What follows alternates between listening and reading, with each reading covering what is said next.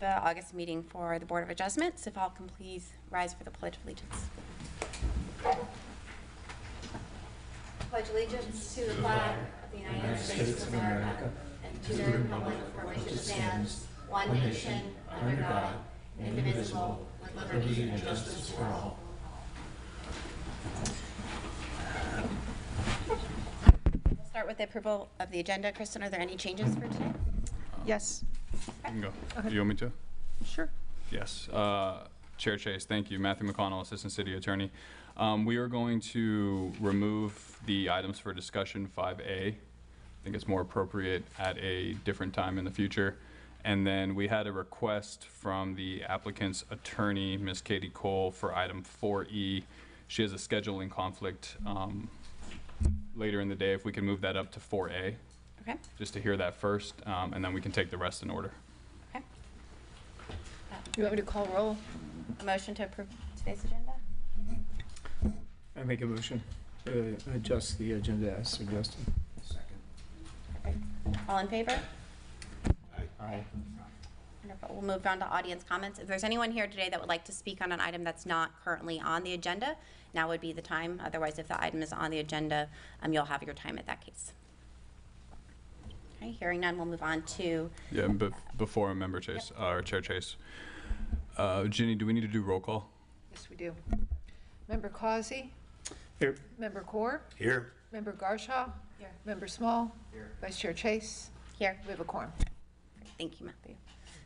We'll move on to approval of the minutes. Has everyone had the minutes from last week's meeting? Any questions or concerns? Nope. Make a motion to approve the meeting minutes from June 20th. I'll second. Roll call, please. Member Core? Yes. Member Garshaw? Yes. Member Small? Yes. Member Causey? Yes. Vice Chair Chase? Yes. Motion carries. Okay. Move on to action items, starting with the original 4E, case number 24042. Is that E or D? E. E as in Eric. Okay. And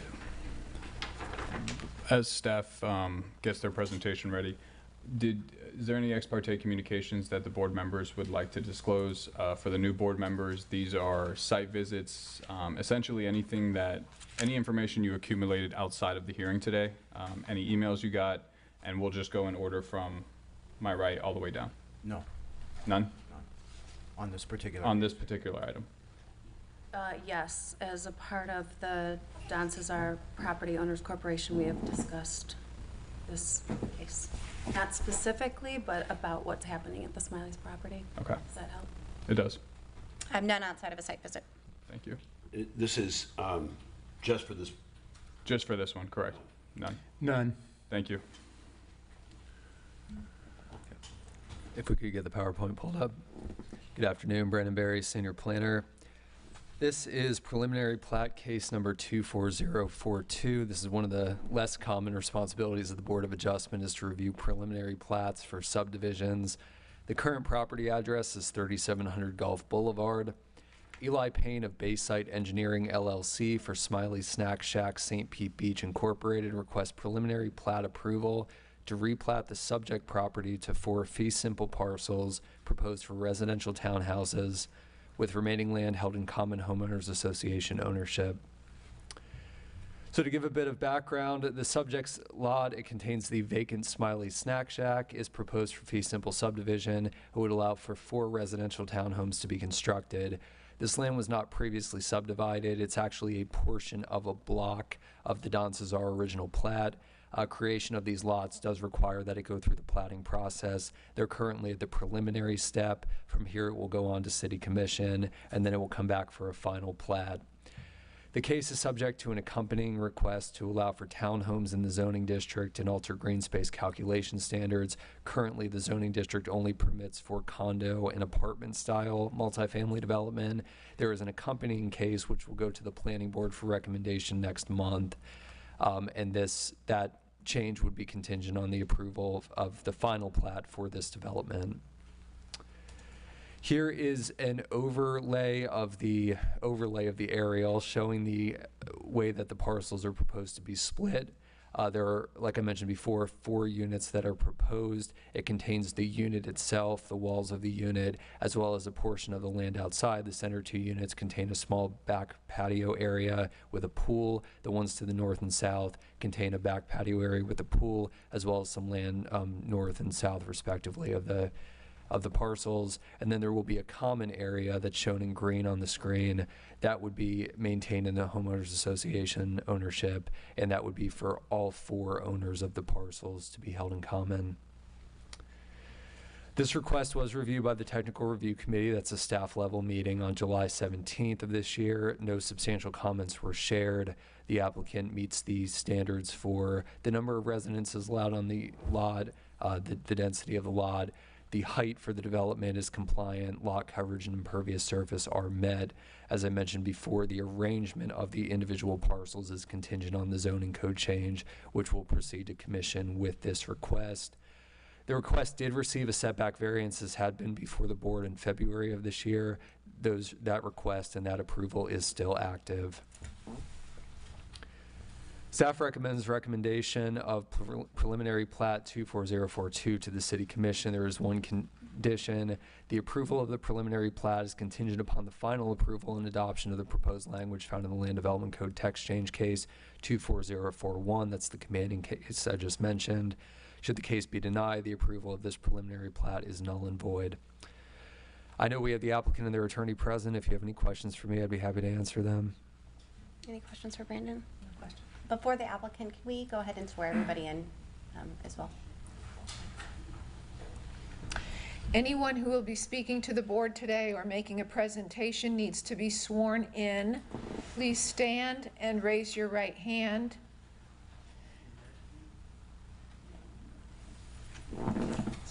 Do you swear or affirm that the information or factual representation that you are about to give or present to the board is truthful? Yes. Thank you. If the applicant would like to come forward.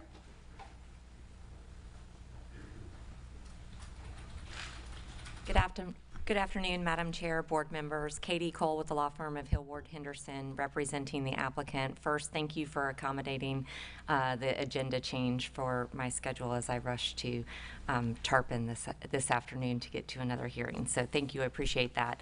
As the staff indicated, this project was subject to Board of Adjustment approval in February of this past year, 2024, for certain variances associated with the design of the building generally and the site.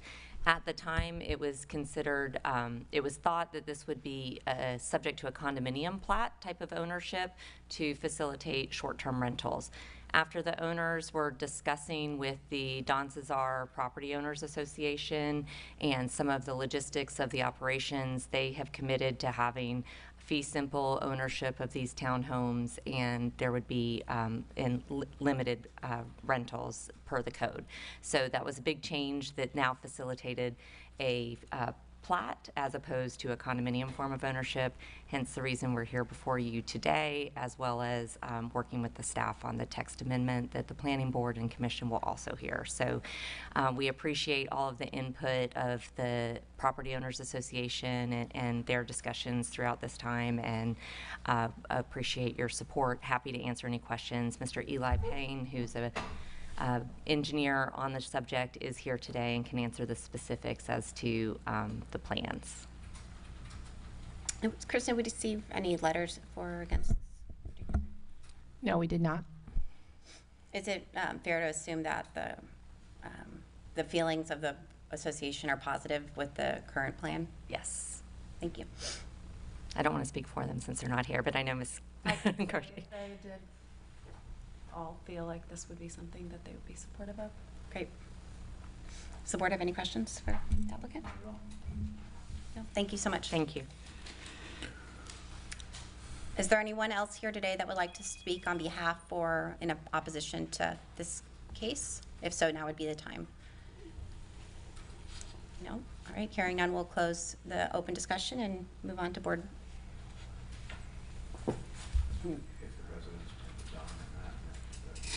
Yeah, I think that they've done a lot of work on this, so I think we're pretty excited to see this get developed and not just sit there as an empty building and turning into some hopefully really lovely homeowners with us. So It's always positive when the work is done ahead of time. So at this point, people have come to an agreement. It's gone through technical review. I see no concerns in moving forward. Does anybody like to make a motion? Based on the testimony and everything that is put forth, I recommend the board approve case number 24042. I second. I just want to make sure, though, with the condition recommendation that the staff added to your motion. Is that? Then I recommend we approve the case with staff recommendation. I still second. Great, roll call, please. Member Garshaw? Yes. Member Small? Yes. Member Causey? Yes. Member Corr? Yes. Vice Chair Chase? Yes. Motion carries. Okay, moving on to action case A, the original A, number 24040, 3112 Casa Girl Way. Thank you. Thank you. If I may have the overhead, please. Vice Chair Chase, do you want to go through ex parte? Sure. Is there any ex parte communications you'd like to disclose for case number 24040?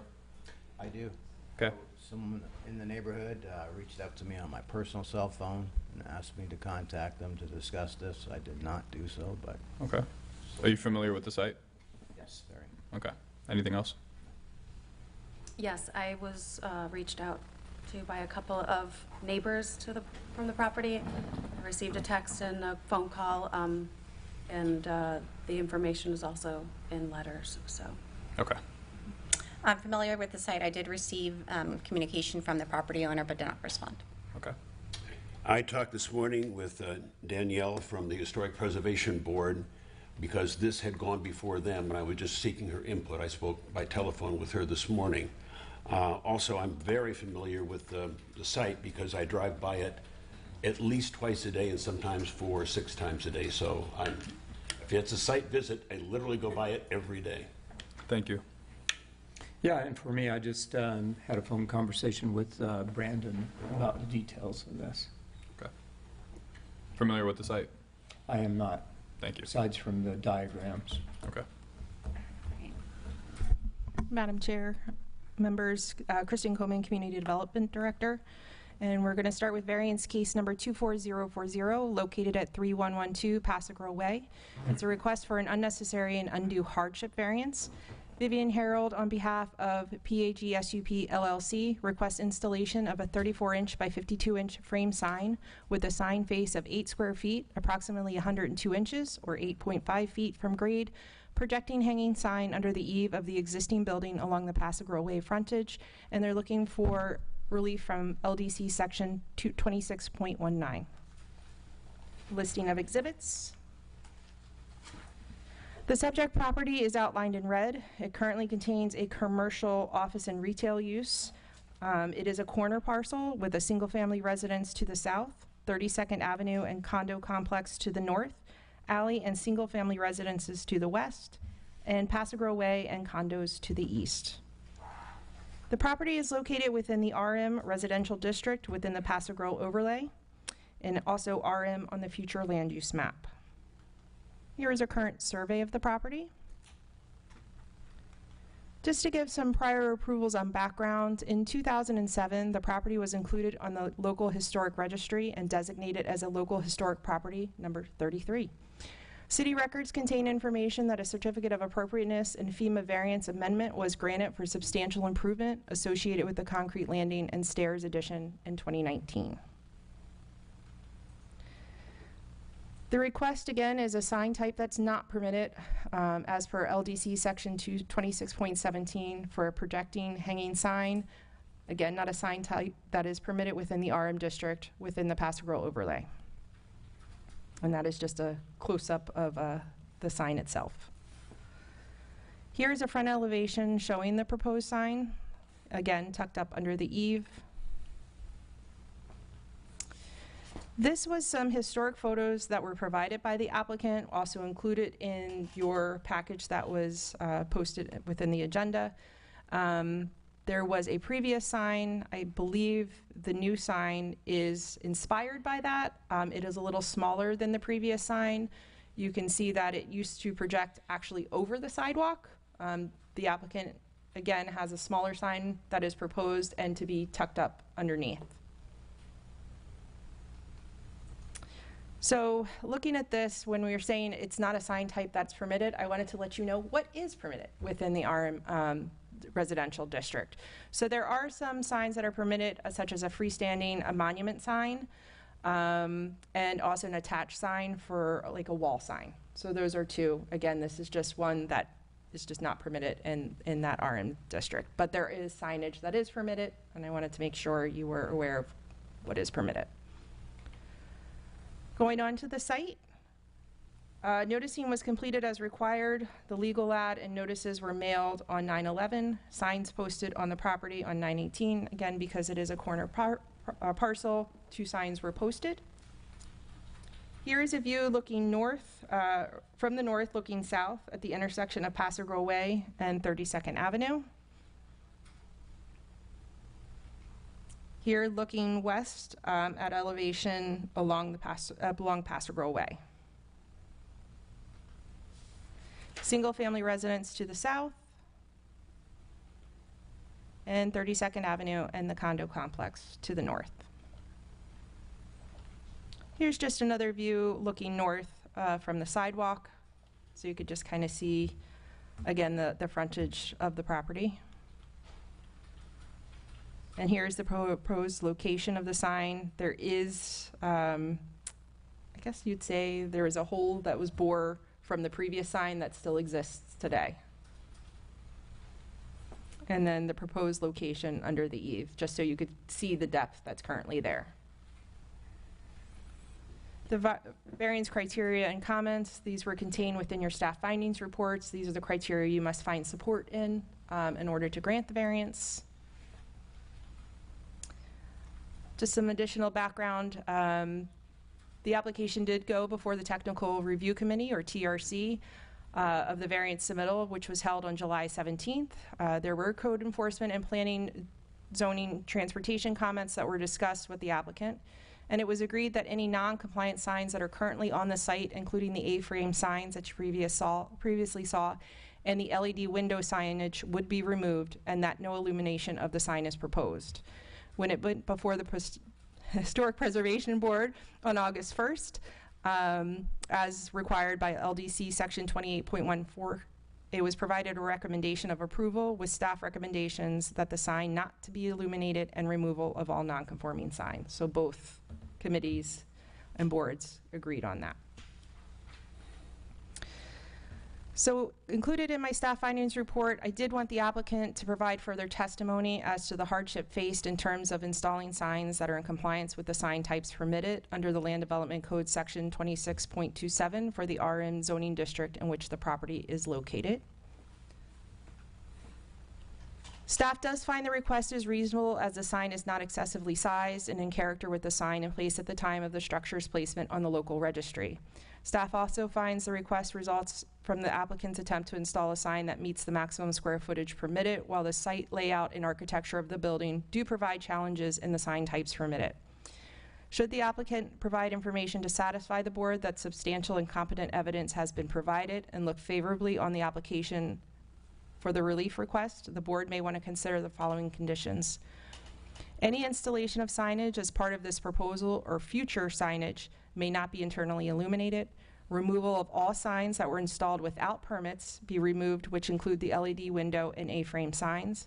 And in the event of forecasted inclement weather, which includes excessive high winds, the sign is to be removed temporarily as to not cause damage to the surrounding area or building. And here would be your options for motions. Thanks, And any questions for me, I'm happy to answer. The applicant is here as well. Just to clarify, that sign is a swinging sign, then it doesn't have a lower attachment into the building? That is correct. But it could, or we can talk later about that. Okay, Sure. so that's why you're saying it has to be removed. Mm-hmm.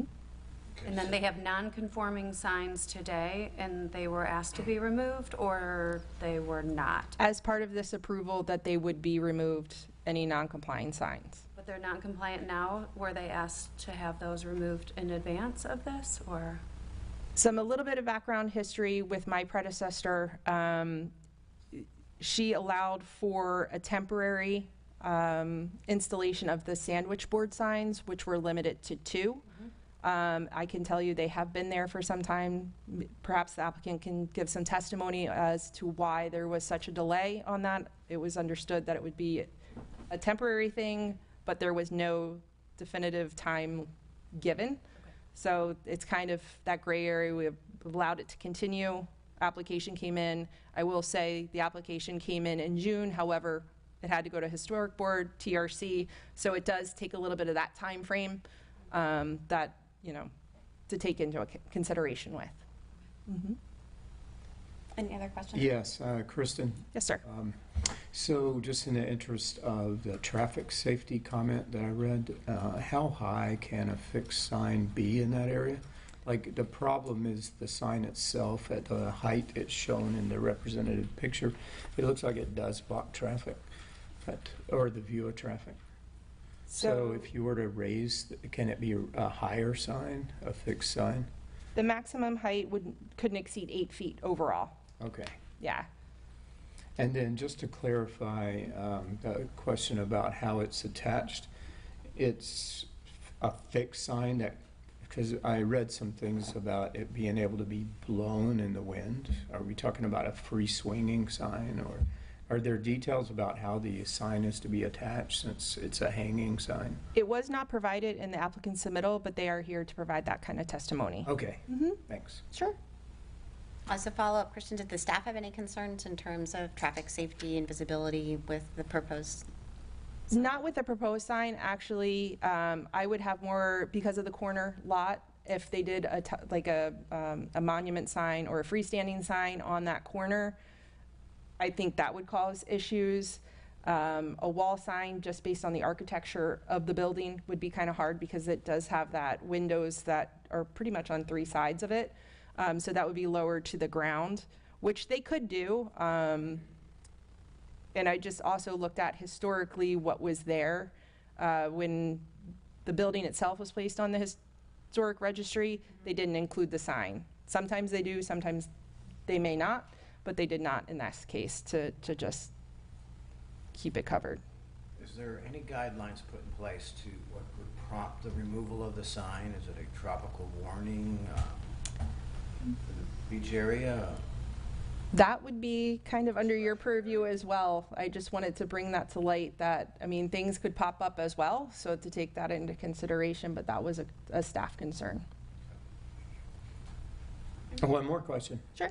Can you elaborate on the rules regarding putting a sign in the window?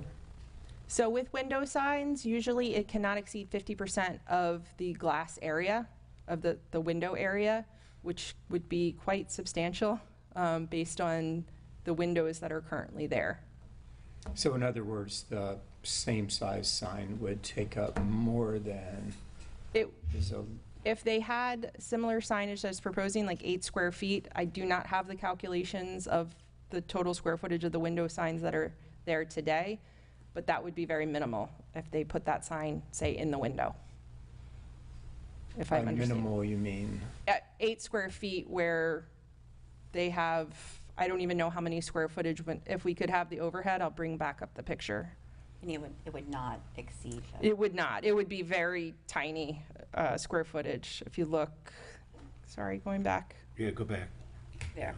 I mean, that's a lot of square footage of window.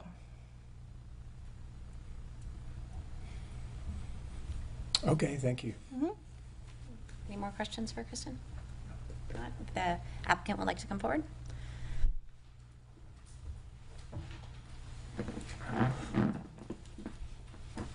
Hi, my name is Vivian Harold. I'm representing the case here today. So I'm happy to answer any questions you guys have. Do you guys want to ask away? And I'll start with your questions first, and then I'll... If you would like to start with just presenting your case, that would be great. Okay. So obviously, a monument sign would cause visibility issues, and so we are trying to get away from that. We do want something that resembles what was historically on the building. We put in a lot of work to restore the building to the historic value that's there. So with the sign that we're proposing, it doesn't cause any visibility issues. In fact, I personally got in my car, and I can show you the views from the car. It's not in the line of sight at all. So do you want me to? If you place them here, they'll go on the overhead. And we can... Okay, so this is me stopped at the stop sign. As you can see, you won't even be able to see the sign when you're stopped at the stop sign. The sign is in the middle of the building. Even pulling up past the stop sign, the sign is still not in the visibility. In fact, I have to pull up quite a bit to get the sign to be here, and it wouldn't exceed that grass area there. So there would be no visibility of the sign in the way of traffic at all. So safety concerns are not an issue with the type of sign that we're proposing. Like I said, with zoning, it does allow a monument sign, but those are huge. The corner that we're on, we feel like it would have safety issues. I know there's been a lot of talk of encroachment of commercialization. I don't know if anybody's looked into the history of this building. It was actually one of the first buildings transplanted here in 1925. When this building was transplanted here, there was nothing in between that and the Don Cesar. The residential communities, including Marina Bay, were not even built until 1980. So this building has been here doing commercial business for nearly 100 years, if not more. So I don't feel like encroachment of commercialization is a real thing. And then there is one thing off topic that I want to address. I see a lot of the complaints in here aren't even for what we're proposing here, which is a sign. A lot of the complaints are regarding parking. Our employees get harassed on a daily basis about parking, and in Pass-A-Girl, it doesn't matter where we parked. I parked 2 blocks away and I have dents in the front of my car. I won't do that again. The 30-minute parking, nobody sacrificed parking for us. This 30-minute parking, this is 2008 Google Maps, 30-minute parking. 2011, I have 14, 15. I did a wider out of the 2015 so you can see Nancy Marco was there. And a closer up of the sign on Google Maps clearly shows that 30-minute parking has always been there with the business. No parking was sacrificed. I would like to mention that the person who rallied the president of Marina Bay and his wife actually had 3 parking spots removed from 32nd Avenue. Tech Travel has not taken anybody's parking away. We do have to park on First Avenue, but that's because those parking spots on 32nd were removed. We are only permitted to park 1 vehicle at our property. And we do, honestly, park other vehicles there all day long. We try to stay off of First Avenue. We try to stay out of the way. We try to pull our trucks further up. There are other neighbors that don't mind us being there that would tell you that we're very friendly, but unfortunately, the one couple that I really wanted to speak on our behalf, she's out of town. I'm actually cat sitting for her this week. So we're trying to be neighborly. There were some incidents, as one of the letter even states to you, some harassment issues that we have going on with the president of Marina Bay. And we do have a copy of his letter inciting everybody to rally against us. But those are not the issues here. We're not asking if we can have a sign. We're allowed to have a sign. We're proposing a different kind of sign. We feel that this will be more visually pleasing to the community, and it will be safer. Thank you so much. Questions? You can have What businesses are you running out of? There are 2 businesses, so it's Tech Travel and it's Ava's Emporium. PAGS LLC owns the building, so I don't know if that's causing confusion. So PAGS Up LLC, originally there was a partnership in the owner of the building, and that's what they put the building under. It is now solely owned by just Brandon Tecklenburg, and we just haven't changed the ownership name of the building. But there are only 2 businesses. For 2 businesses. Correct, and we have BTRs for both of those. So they're legit, legal, licensed. We've done everything that we need to in regards to that. Is Eva here? Ava's Emporium, we're one and the same. Is she here? Is there an Eva? It's Brandon's daughter. She's like 7. Ava's Emporium is the little boutique store in the front, and then Tech Travel's in the back. Yeah, but who runs the store? We own both businesses. I understand. So if I go in, I open the door, and I go into the You have Emporium. yeah, there's a cashier there. It's Connie, and she works Monday through Friday from 9 to 5. Aren't most of the people that would want to go there would be for the Emporium, not for Tech Travel? Is that true or not? It's for both, and a lot of our clients shop there as well. So I'm confused by the question. It's two different businesses, so we have clientele for both. Well, I guess what I'm questioning is, you're asking for a variance based on undue hardship. I'm trying to understand what the hardship is. The hardship is we don't have the accessibility for signs that normal locations would because of our window coverage. So we're permitted one of two types. We're permitted a wall sign, but there's no wall space. There's very minimum wall space around the bottom because of the windows, or we're permitted a monument sign. A monument sign would be huge. It would be on the corner. It would cause visibility issues, and honestly, we just think it's ugly. It doesn't go with the character of the building at all. But because you're the first business after you pass the Don Cesar, and then there's not another business until you get to 26th Avenue or you get to Hurley. And then there's not really another commercial business. That's why I was asking about what the Emporium was. The next commercial business is down on 21st Avenue. So it's 11 blocks before you get to another commercial business. So I guess the hardship I'm asking about is, it's very obvious that you are a business. No other building looks like that around there. Nobody knows what we are. We get people stop in all the time. They have no idea what we are or what we do. We just want to identify who we are. We want to identify the building. You don't think people around here know what Tech Travel is? I think that the people who live around us know. I don't think that people coming to visit, people that are coming to shop, I mean, if we were just solely like living on the people who live around us, then what are all the visitors for? So we want to identify ourselves for everybody, not just the people who live here. So then are you, again, it gets back to the word hardship. Is Eva's Emporium the one that's having the hardship? It's both. But I think that Ava's Emporium suffers the most. Sorry. Yes, Ava's Emporium definitely suffers the most. How many square feet is the Emporium? I would have to, actually, I think the blueprints are in here. I don't know what are you asking for the difference between Ava's Emporium and the offices in the back? More or less.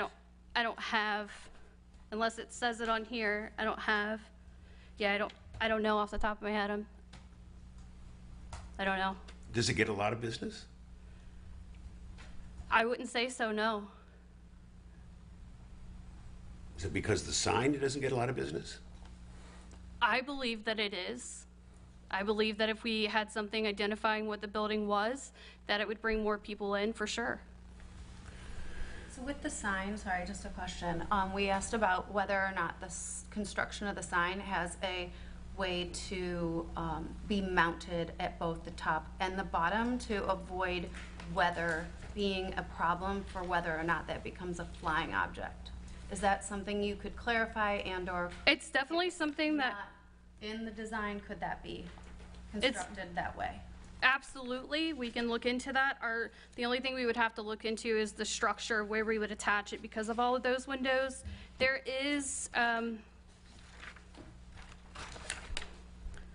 are wooden beams in between the windows.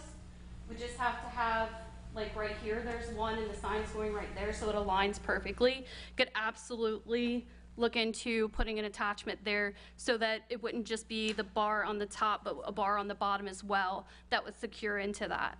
And we want the sign to be just as safe as you do, which is why we made it removable. Thanks. Are there any concerns with the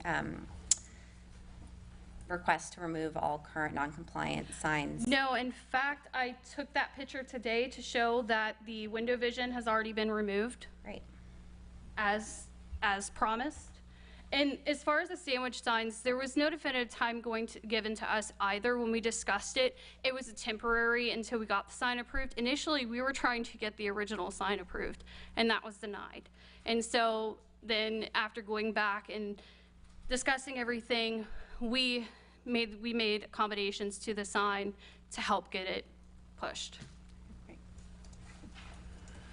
Any further questions? If I may, just make one clarification point on the hardship to Member Corr's point. It's site-specific. All right, so when you're looking at variances, you're looking at the undue hardship on the site.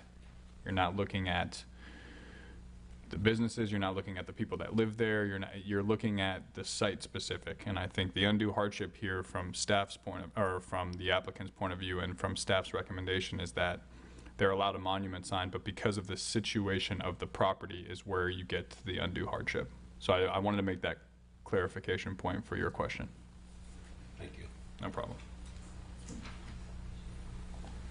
Great, we might have some additional questions, but thank you Absolutely. for your initial testimony. Yeah, let's see. I would applaud you for not doing that monument sign on the corner. I think that would be very bad. I actually like the way your design looks. Thank you very much. I Yeah. worked really hard on it, so. I mean, to really get to where I feel like it should be, it needs to be secured at the bottom. You know, something that Absolutely. would withstand the wind. And we can definitely make that one of the stipulations for the sign as well. We'll make it happen. Yeah. So would that be put into like a design that could be submitted? Yeah, I drew everything up myself, so I don't know. I'll try to get it done, and then Maybe if there's specifications for how the monument sign has to be secured or the size of the yeah, I can have it all written up if and you drawn could up. match that somehow, it seems like that'd be a good solution. I would probably want to consult a professional for that so that I get the correct terminology and the correct equipment, but I can definitely make it happen. Yeah, I would be, I feel like that, I personally think that would be a good way to go. I mean, other than that, you could just put a fixed sign in the window. Seems like an easy solution to me, and maybe it would have your store hours on it, because I noticed in the picture that you just showed us, you have another, sort of looks like a chalkboard sign that's leaning against the building on the outside that has your welcome and the hours. So would that be one of the signs that you're going to be eliminating as well as the sandwich boards? If they want it removed, absolutely. Yeah, I mean, I am not an expert on the signage, but I know signage is a contested thing all along Gulf Boulevard. It's policed and enforced. Yes, absolutely. If they want it gone, we'll absolutely remove it. When you say you're going to take down the other signs, right now you have a blinking sign that says open. You're talking about the one with the hours. I removed that this morning No, as well. I'm talking about there's a neon sign, I think inside the window, that blinks open. Yeah, so when I removed that this morning as well. So the window vision is gone, the open sign is gone. So those were taken care of. The window vision was moved this weekend. I actually pulled the template off the window, I think yesterday. But yeah, those were. So if you were denied to put this other sign up, are you going to put the neon signs back? If we are denied with putting this sign up, I think we're going to appeal for the original sign to go back up and try to fight back for that, is what we're going to do. The original Nancy Marco Art Gallery sign with just our new sign over top of it. There are things that we've been looking into and discussing, and we are going to pursue that matter. And if we fail with that, with appeals, then we will go for a monument sign is what we will go for. We just don't feel like, I understand what you're saying with the window, putting a sign in the window. We love decorating our windows for the holidays, but as far as signage, it doesn't give the visibility. So it wouldn't be a sign that we would prefer. So if we can't get this sign, our next process would be to pursue the original sign, and if we fail there, then we would apply for a monument sign. That is the route we intend to go. Thank you again for your testimony today. Absolutely. May I ask one question, Vice Chair of the applicant? I'm assuming you've been able to see the proposed conditions by staff. Do you have any objection to the 3 that were included? No objections, no. Okay, thank you. Absolutely. Is there anybody here today that would like to speak on behalf I of this received applicant? an online request from Carol Ballou. Is she present? No. Anyone that's present today would like to speak on behalf or in opposition to this case? All right, hearing none, we'll close and open for board discussion. Madam Chair, if I could, I just wanted to put on the record that we did receive a total of 14 letters of correspondence, 12 in objection and 2 in support. Thank you. And everybody's had a chance to review those, correct? Yeah. I think the point that Matthew made is really important in terms of the site review, right? They can have a sign, and in my opinion, they're trying to make a safer sign than what they could put up today. And so I think that is pretty admirable, and the fact that it's gone through technical review and the historic board, and they've shown kind of support from that perspective, I think is important information to take into consideration as well. But Al's question still remains, is like, what is the condition under which the sign would be taken down? Is it a big wind? Is it? So that's something that we can definitely discuss. I absolutely agree that having the bottom fixed would certainly help with wind concerns, but to the applicant's point, they have all of those windows. I mean, they don't want those windows broken either, so I'm sure that they'll be the first to try to take to your point, that's why I asked the question, is there going to be something that says tropical storm warning? At what point do they have to remove the sign? Well, and I will say the proposed condition right now, and we can go through it and modify, and I can read it for the record, is in the event of forecasted inclement weather, which includes excessive high winds, the sign is to be removed temporarily so as to not cause damage to the surrounding area or building. If The you alternative approach, right, would be, is there a way to engineer a sign that is resistant to the type of weather patterns that we experience here? Yeah. That would satisfy this in a different way, because the reliability of us having weather forecasts that give us a chance to remove signs, that feels like it might be just setting us up for a problem. So the only thing I will compare it to, and it has nothing to do with this, but I mean, it's just like when chairs and umbrellas and things on the beaches are, I mean, part of it is on the property owner as well. And if they're violating this condition, then it'll come back before you. We can be more specific. I think tropical storm, at least from my legal mind, is probably, they should probably remove it before it gets to a tropical storm. I think, as we all know, we experience high winds on the city just in a summer rain at times. But I'm happy to kind of craft as we go if we need to. Well, let me ask you, since we're discussing this condition, what are the complications with actually making the sign that they want be as secure as a fixed sign? I wish I was a sign expert, but I'm not. I have no idea. That would be an engineering question to me. I don't know how to make it, at this point, I don't know how you make anything hurricane-proof besides windows. Yeah, I would just rather go with that than actually introduce a legal issue into the whole thing about, okay, they have to make sure they remove this sign and at some point before some point of wind, or else they're going to be legally liable if the sign blows off or breaks somebody's head. I will say, if I may, they do need a sign permit, so we can look at, should you craft the condition that either way, that if they look into the feasibility of the creation of the sign so that it can be permanently affixed, and see if we can go that route. If not, then this would apply. So they don't have to return back to you. We could look at that. But that would give them the time to actually consult a professional in the fabrication that they may be able to permanently affix it, and that way it would be there to stay. Just a suggestion. And let's remember that no one will be having a greater interest, vested interest in the applicant. I mean, they don't want the sign going into their windows and making that sign. So, I mean, with that being said, like you said, it's on the homeowner when the umbrellas come in. I don't want to have to provide new umbrella. I think that we've done everything we should be doing. Any other points for discussion or?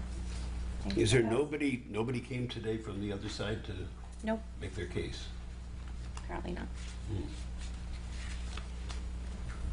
Do we have a motion?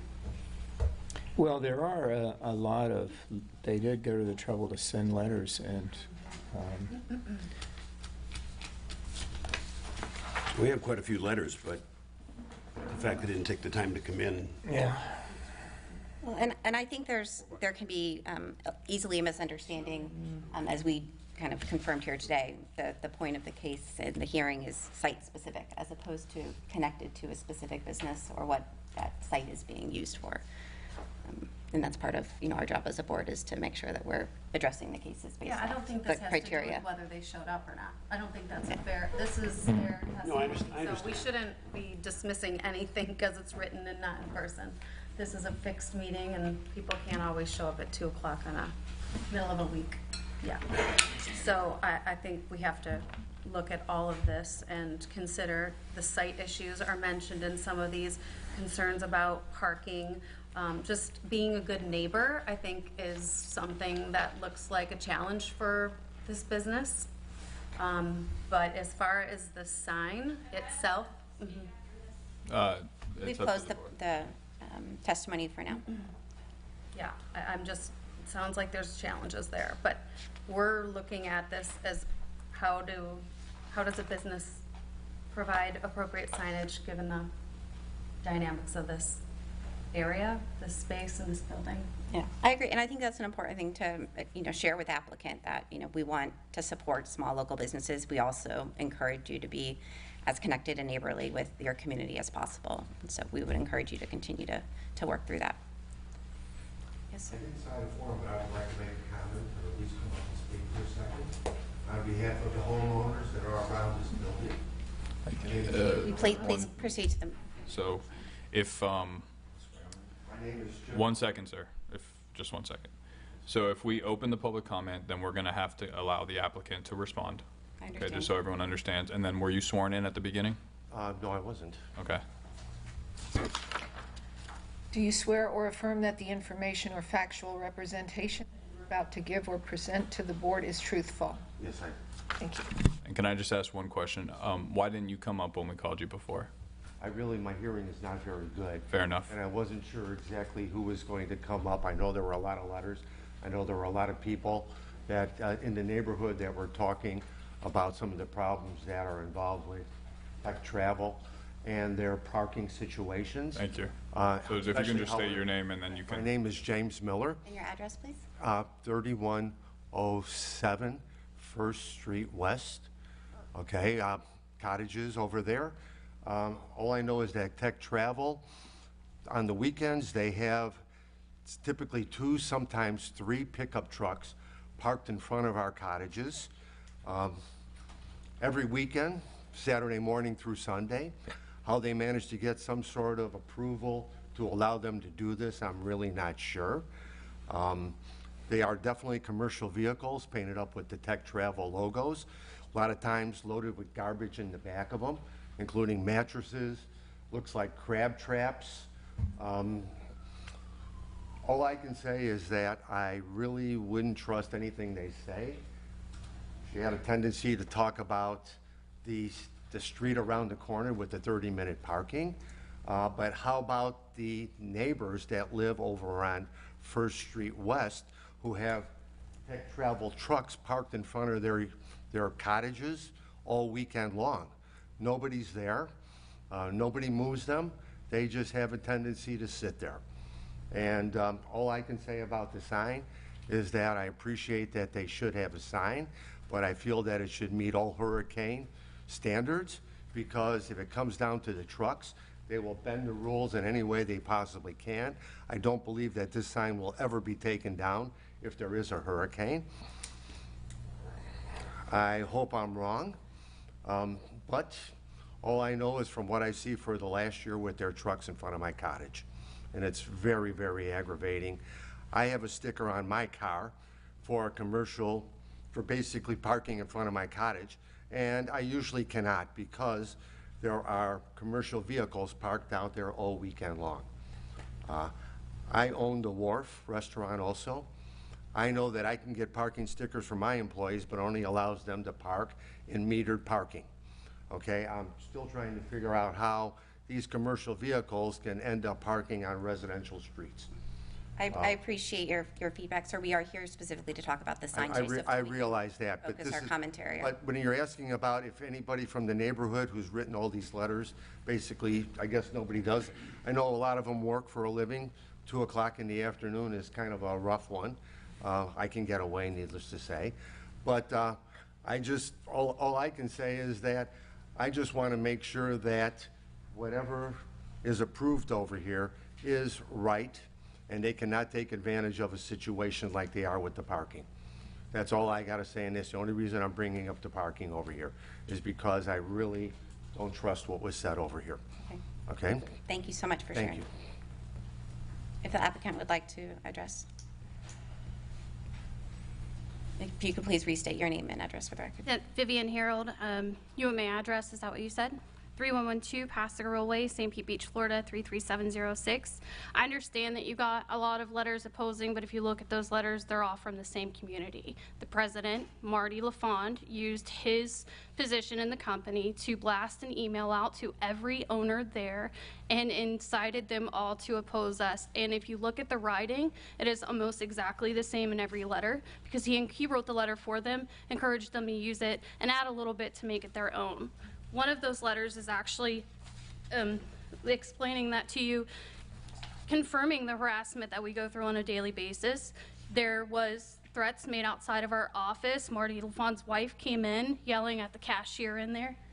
If you read her letter, she even confirms everything that I'm saying. And she's a resident there as well.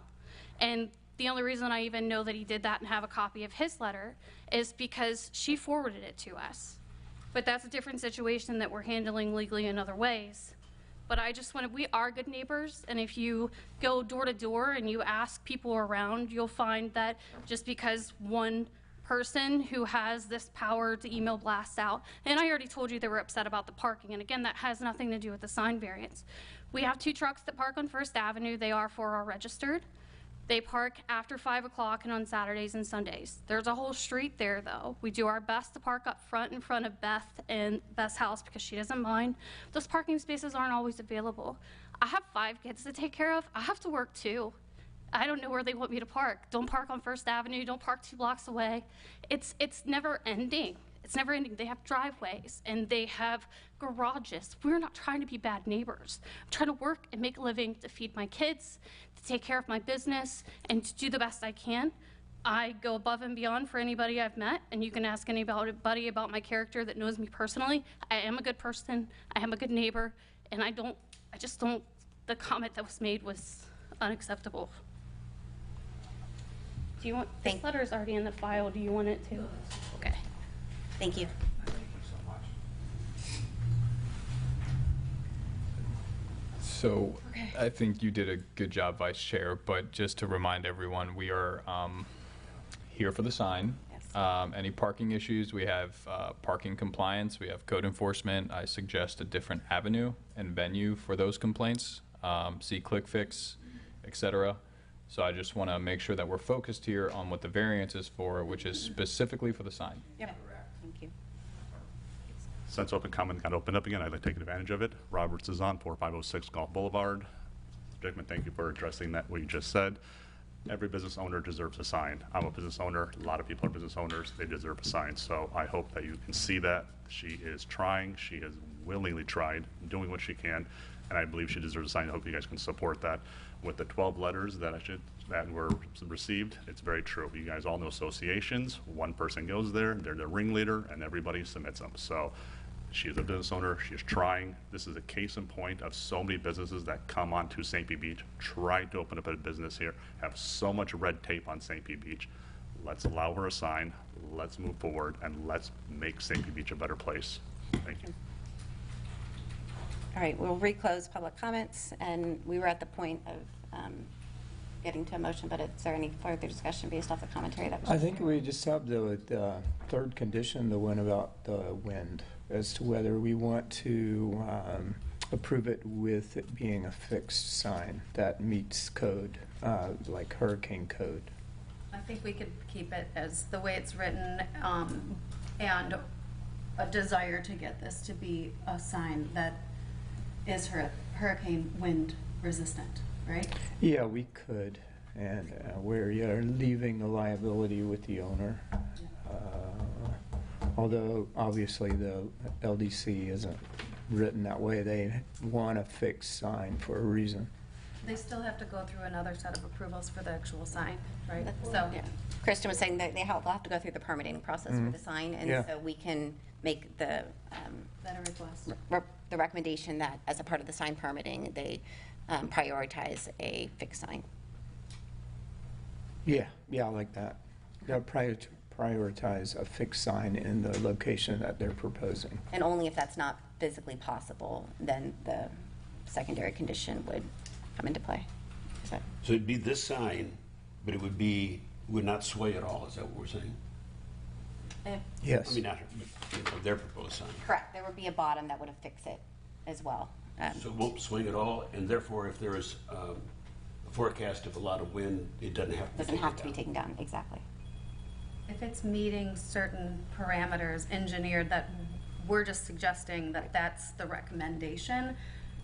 So we would say, I would be making a motion to approve this sign under the conditions outlined by staff, which is any installation of signage as part of this proposal or any future signage may not be internally illuminated, removal of all signs that were installed without permits to be removed, which include the LED window and A-frame signs, and in the event of forecasted inclement weather, which includes excessive winds and high winds, the sign is to be removed temporarily so it does not cause damage to surrounding area or building, and a recommendation to install a fixed sign that has hurricane-resistant engineered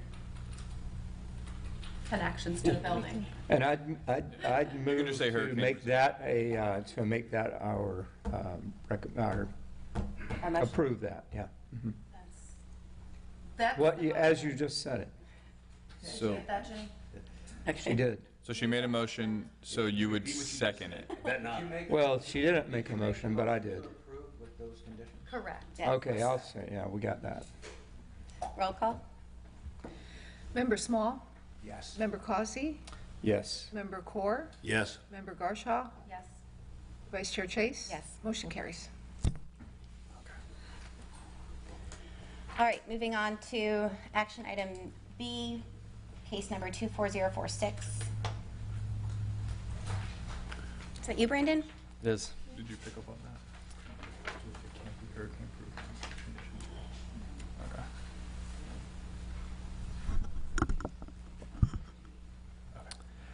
Okay. So this is case number 24046 for 6390 Second Palm Point. This is a practical difficulty variance.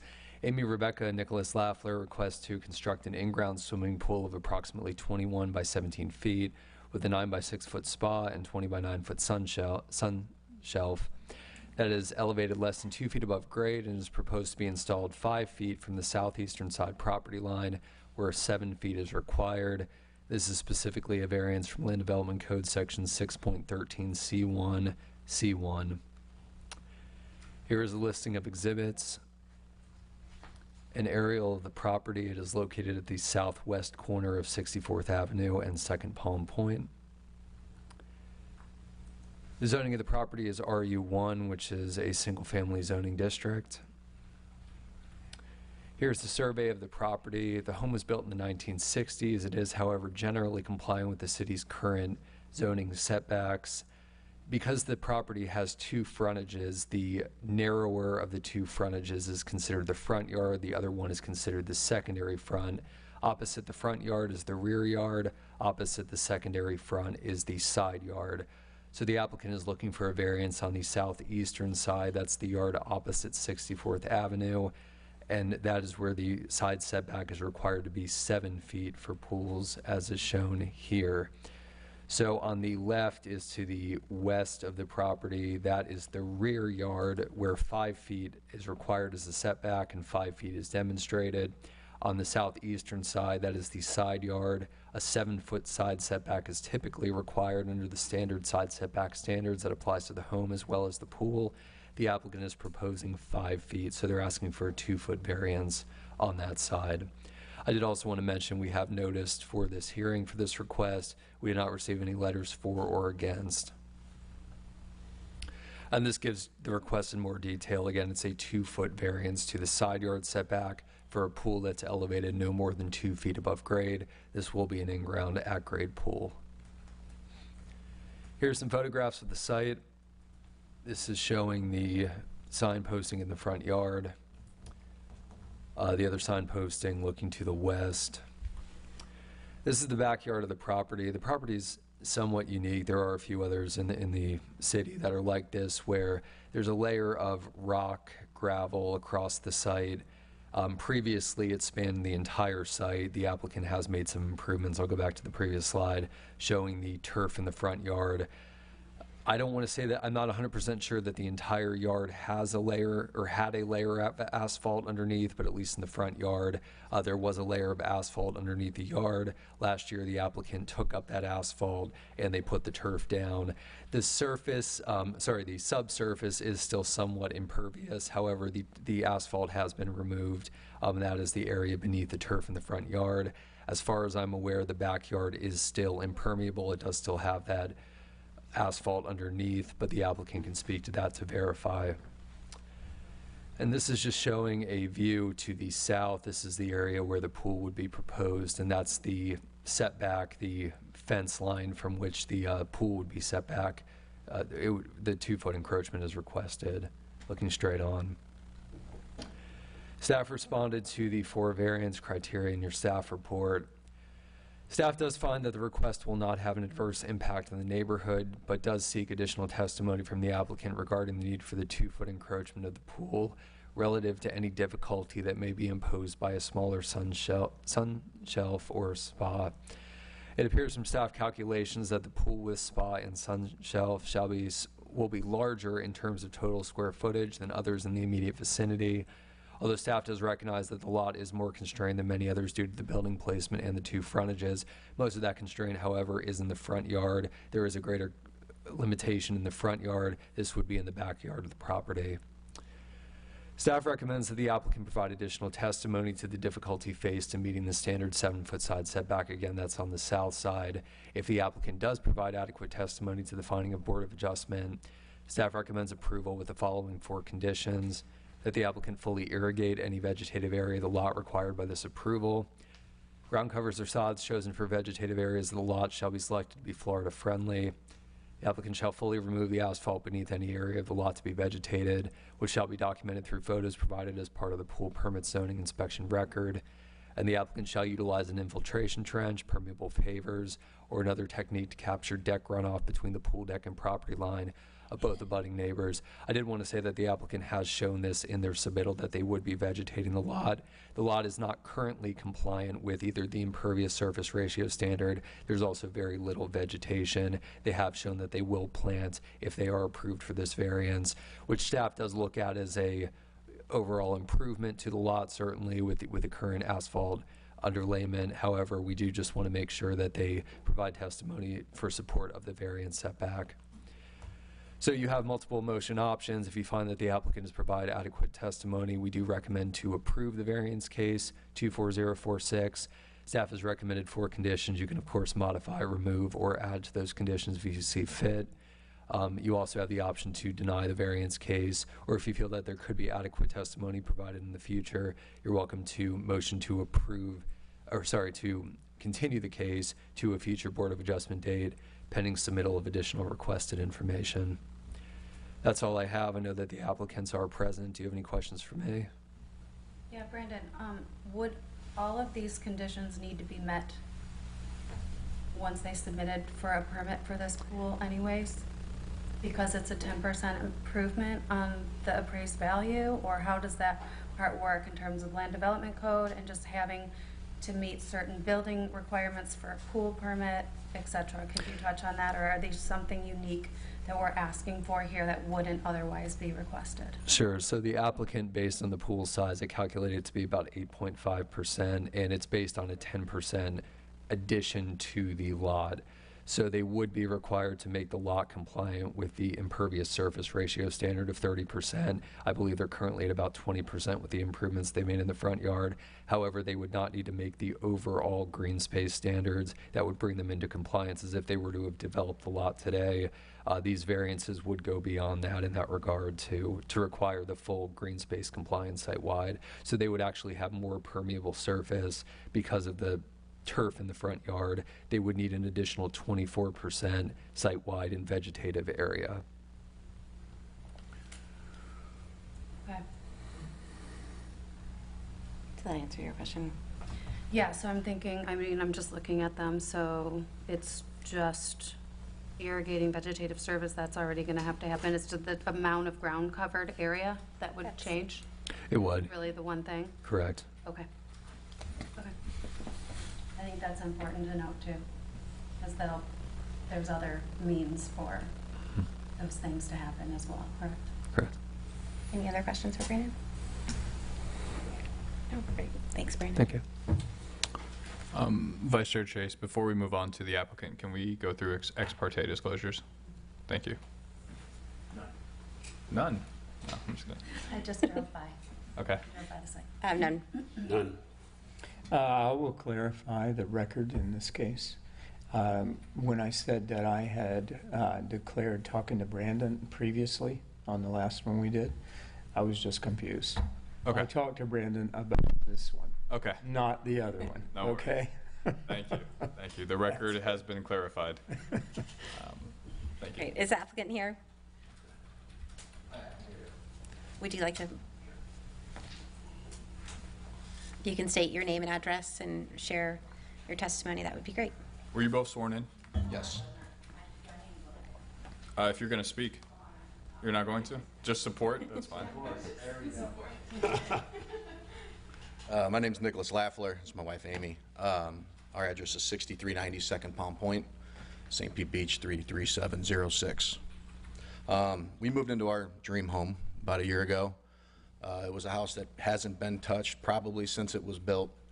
The lady that lived there before, you could see where she shuffled her feet. You could see the terrazzo floor through it, and then the green shag carpet, you know. So we've put a lot of effort into bringing it up to what it looks like now.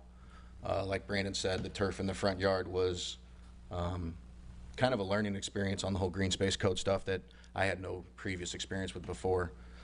So in working closely with Brandon, he explained to us about the ISR and the green space code, which we want to come into compliance with.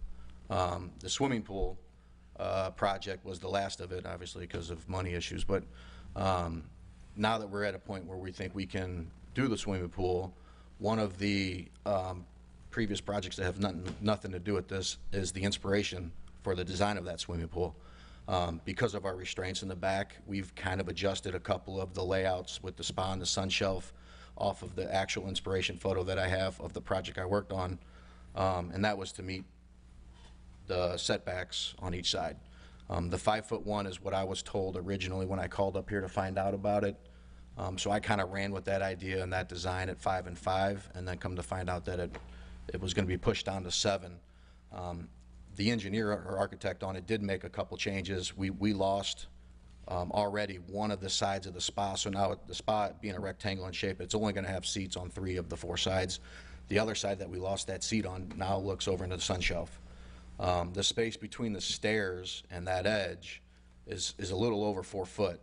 The idea of our sun shelf was to be 2 loungers on it, and at only 2 foot wide on a lounger, you're pretty constricted, So if we didn't get approved for that 2 foot, we'd have to do some other configuration that probably wouldn't allow that sun shelf to have the 2 full chairs up there, and that's why we're applying for the variance. So you would reconfigure the pool if you didn't, excuse me, if you made the pool smaller, could you still have the features that you want? Just, it would not be as big a pool. Correct. It just wouldn't have what we were after. Yeah, the sun shelf could still be there. You just wouldn't fit 2 sun loungers. The spa could still be there. We don't have the full size spa. So really, and where the setback is now, we're okay with that. If we had the smaller spa, at the 5 feet, the smaller spa, and then the sun shelf, So you've already made some adjustments to accommodate, but it just can't quite fit within the. Correct. Yeah. And the green space thing was something we learned, with the vegetation around the outside, and then we planned on doing the pavers anyways, so all that would work out fine. And obviously, no one's going to stand out there with a hose every day to water plants, so there was going to be irrigation. Have you had any discussions with your neighbors about the Yes. construction process, and how did those conversations go? They've all said that they agree with it. The neighbor that's to our rear, They've actually, I went inside their house before and talked to them about it. They're like, oh, yeah, it's right here. Yeah, no problem. And then Larry and Amanda Hyde, who were on the next door, we've became great friends, and I helped them out with a lot of stuff in there, and no objection to it at all either. So with the big giant rain that we got, it was day before yesterday, I'm kind of curious where the runoff went with all of your impervious in the backyard as it stands right now. Is that just... Most of the standing water that we've seen there has been right outside our lanai door to the right, kind of where that storage shed is. So in the pool area itself, doesn't pool up. You know, there's asphalt there. It would hold all the water. It has to go somewhere. You know? Yeah, where does that go? I don't know. I don't know. So it just stays there, or does it run off into the neighbors' yards, I guess? Or? That I'm not sure of, you know. Well, the pool will fill up eventually. If we have a tremendous rain like we've had, Of course. the pool will fill up and overflow. Mm-hmm. So I guess what you're asking is, where is it going to overflow to? And we don't know, do we? I don't know. Well, part of the project would be to put vegetation to help Mhm. support.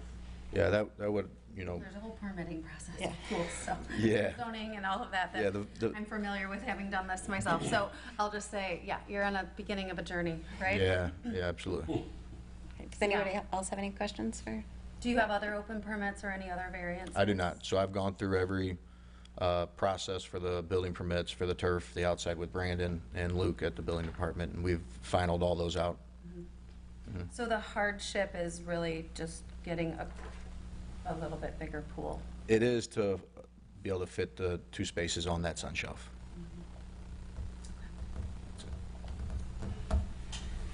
Thank you. Thank you. Is there anybody here wanting to speak on behalf or in opposition to this case?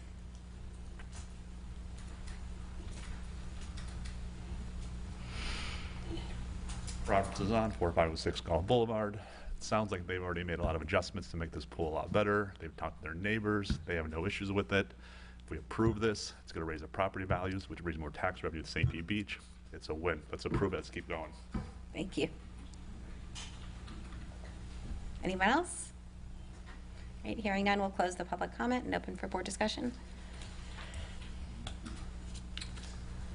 Okay, well, we also have zoning requirements, so.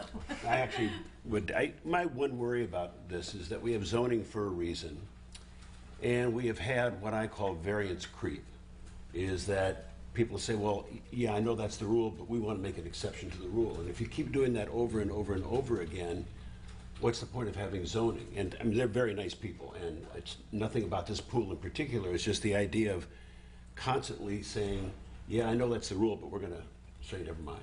Yeah, I mean, That's my only concern. I think this is a tricky one because they can have a pool. It can't be necessarily as big as they maybe would like, but it's still very feasible and a very usable, pool. So I'm with you in that. I have a challenge really seeing the true hardship in this situation. Any other comments or feedback? Well, I just see, being a resident for so long and having a yard that was once just all asphalt, and doing things that we do to make it a better green space. If the drainage is proper, I understand pools will fill up. Where's it going to go? Maybe that's the solution. Is it just size? People just want to make their houses homes. Do they need a pool that big? Is that being greedy? I don't know. It's something that we need to look at as far as I think if they could find a solution to having proper drainage, that'd be on them. But other than that, I sympathize in that it sounds like initially he was told there was a 5-foot setback and then he has to change his design, so. He's made improvements and made improvements to the area. There are codes for a reason. There's no doubt about it. There's codes for a reason.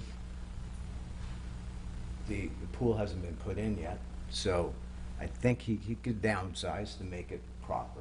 Mm-hmm. So it fits into the codes and everyone's happy. But the impervious, that gets me because this whole island that I live on was nothing but asphalt. And people have done so much to improve their places of residence, to change them from houses to homes. And this gentleman here is doing a good job at that. But Absolutely. to your point, I guess I'm just moving on because I see this and I just want people to make our community a better place to live. Our home values are going up, everything is good. Do you need to pool that big? I mean, that's my question to you. Can it be done? You're asking a question? Yeah. Would you like the applicant to return to the podium? Yes. Can you please return to the podium, sir?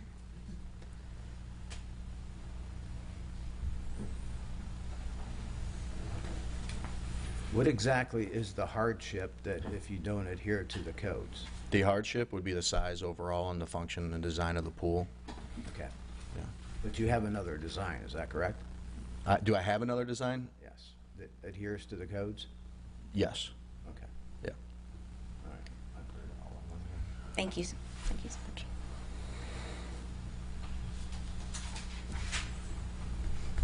Any additional discussion?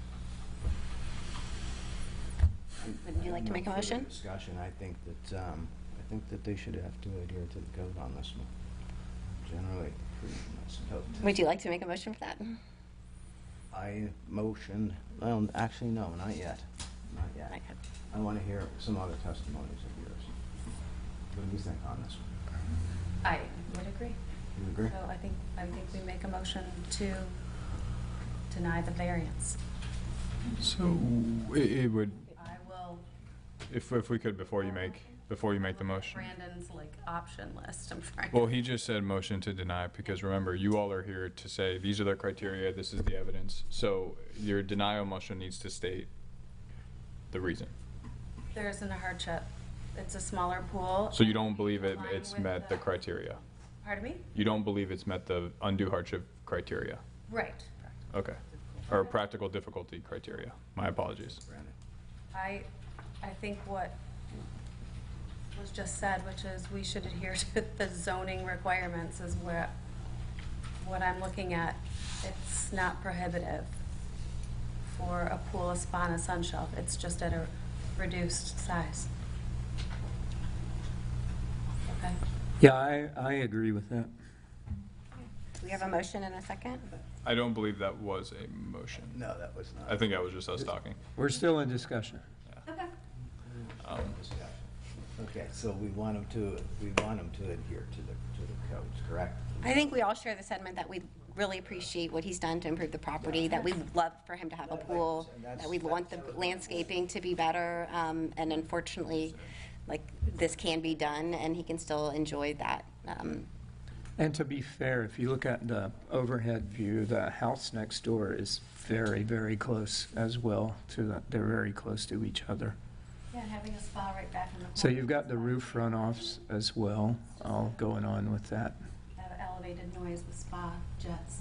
I don't know. I think it's great to have these zoning requirements force us to look at every case, but in this instance, it doesn't look like a hardship as much as it, unfortunately, maybe downsizes a little bit, but it still looks like it's going to be an awesome backyard.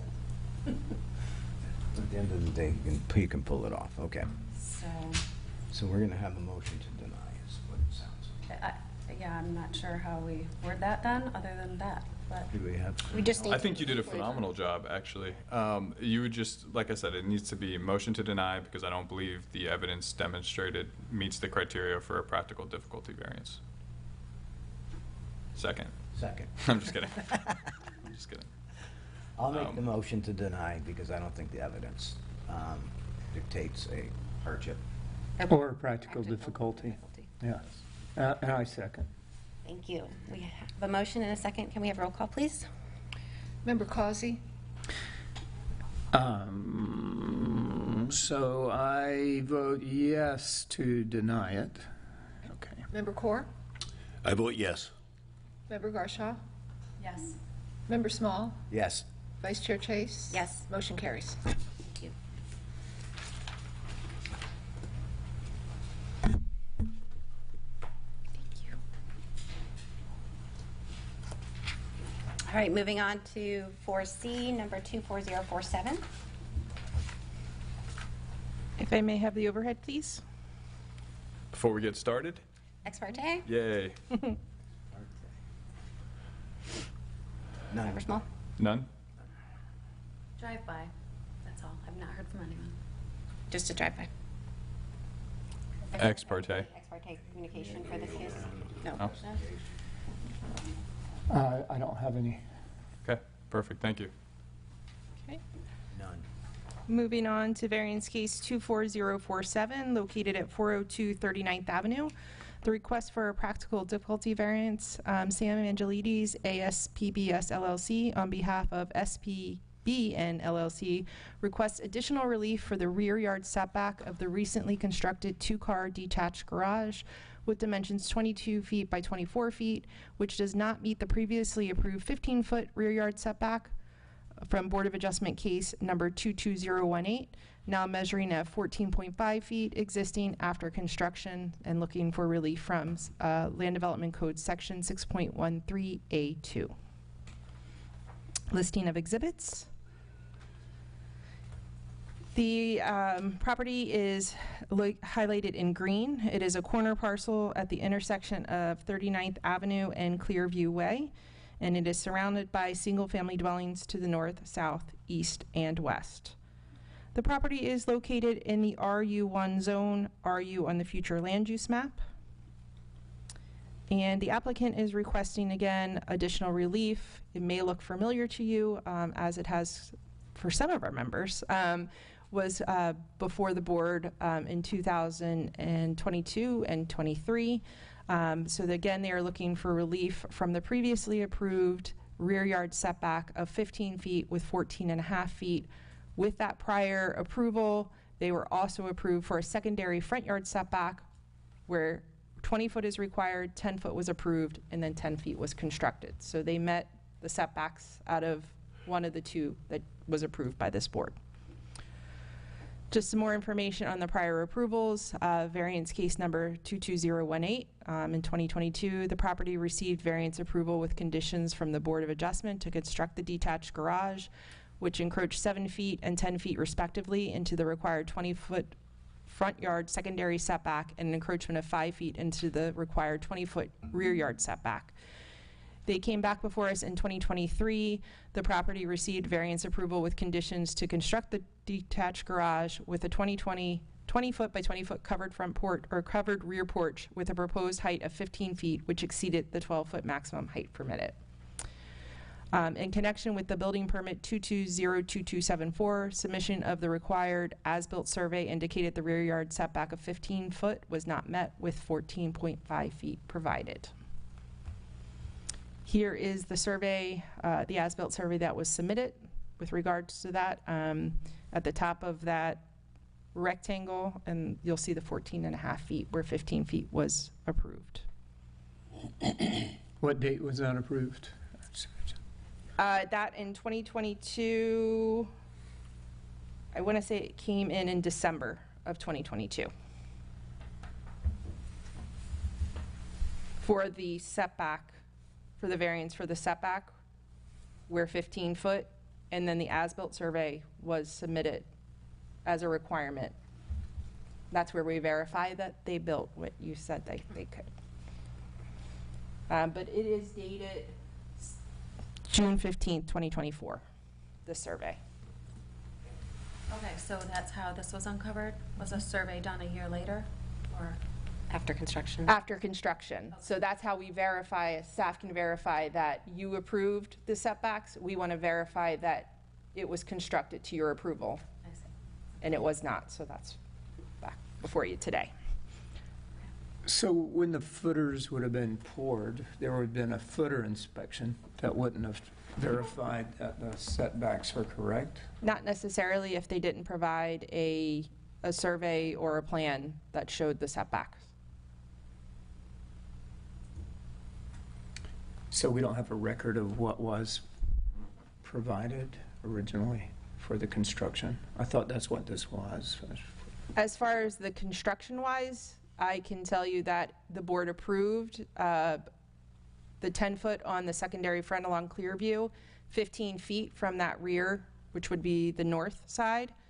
And then as inspections went along, and that's what they showed and proposed, and we would have the applicant provide that testimony to you as far as why it wasn't constructed the way it was originally proposed. All right. Here's just a comparison. I was getting to that one. Here's where the previously in 2022, 15-foot was provided and 14.5 feet was constructed. And you'll also note that the covered porch was not constructed. They did strike that from the plan as well, but that had no really connection with any setbacks. They just decided to remove that. Is this a unique angled property here, Kristen, with the 15.2 on the back side of the garage? So is it really just one of the garage that's not? If I go back to the survey, you can kind of see it's how they angled the garage. It's not necessarily, when you look at the property line from north to south along Clearview, it's pretty straight. It's just, I think, it's how they decided to kind of angle it. And again, they did request that setback variance from Clearview where 20 foot is required, and they came in with 10. So that could be also why it could be a little off kilter.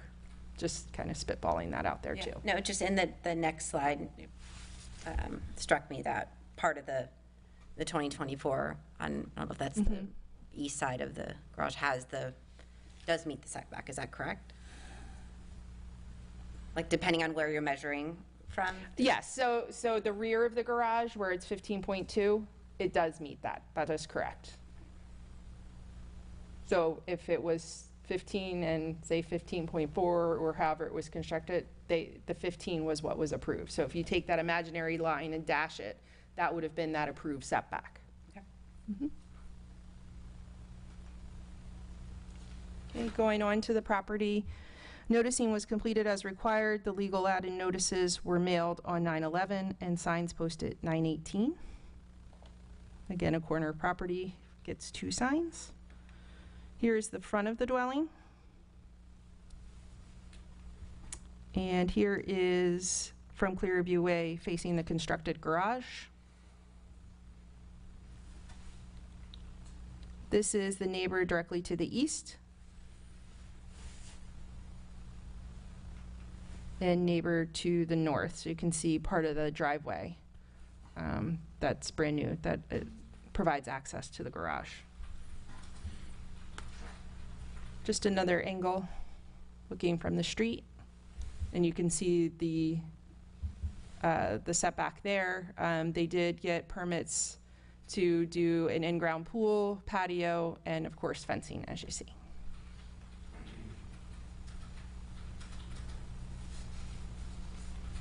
Here's just another view from the inside with the newly constructed pool looking towards Clearview.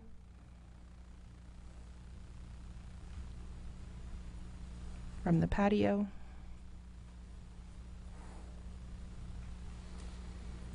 And just a little before and after. So prior to the approval, they did stake out where the proposed garage was going to be. And then, of course, post-construction. Definitely some upgrades along the way on that one. Variance criteria and comments. This was included in the staff findings report. The applicant should be prepared to provide their own testimony to discuss any issues that surfaced during or post-construction that resulted in the detached garage not to be built as per the prior approval. Staff does find the request is reasonable given the existing conditions of the lot and will not have an adverse impact on the neighborhood. Staff does recommend approval as proposed. We did not receive any letters for or against with regards to this application. Okay. Any questions for Kristen? Is the applicant here?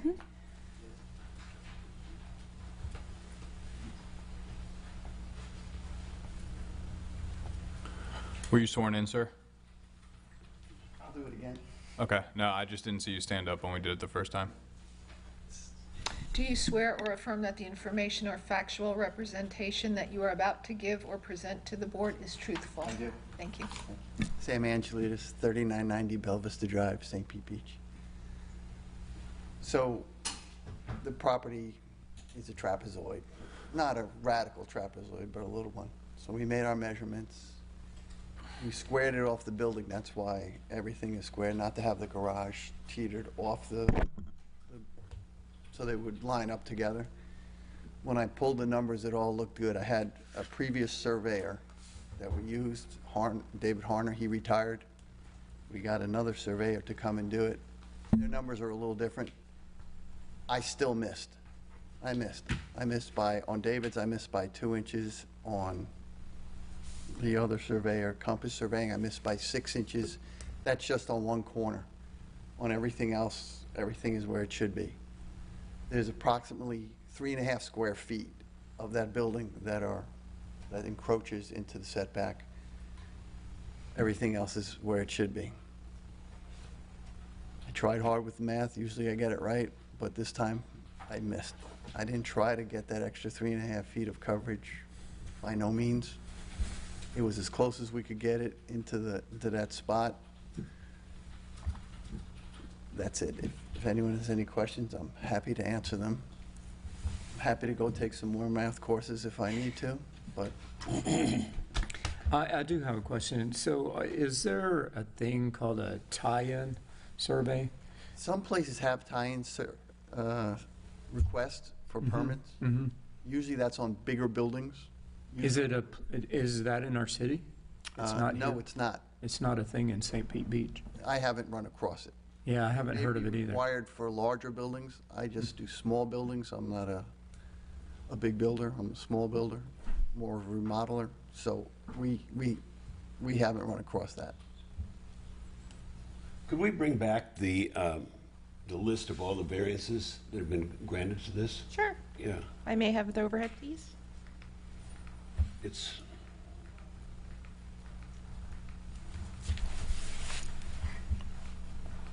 We're getting there, I promise. we'll get there eventually. There we go. No, there's one before that, I think. This is the Yeah, request. so this is when I get, excuse me, I get to this variance creep. So it's required 20 and it got 10, and it's required 20 in the back and it got 15. So you're asking for a variance to the variance. Is that correct?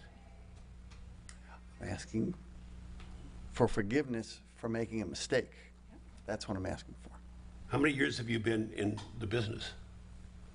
Since I'm 12, Right. Have you ever made a mistake before? of course. Is that common? No, well, No, I mean for builders to, very common. It's very common that when you lay a building out, that it doesn't hit on the mark exactly. I mean, As a what matter of fact, I worries would me is say- that it's 20 became 10, 20 became 15, and then 15 becomes 14 and a half. The problem with it is, for me, is that the remedy is onerous, which means you'd have, am I correct that the only way you could fix this is to tear the whole garage down? Not all of it, but a good portion of it. Have to re-engineer a lot of stuff. Take a lot of stuff apart. Yes. I think for background context, some of the historical variance approvals, this lot it's a corner lot, it's oddly shaped, and that's Yeah. why a lot of these Oh, I got that. setbacks are Yeah. given. Whose expense would it be if you have to redo the garage? Well, it would be mine.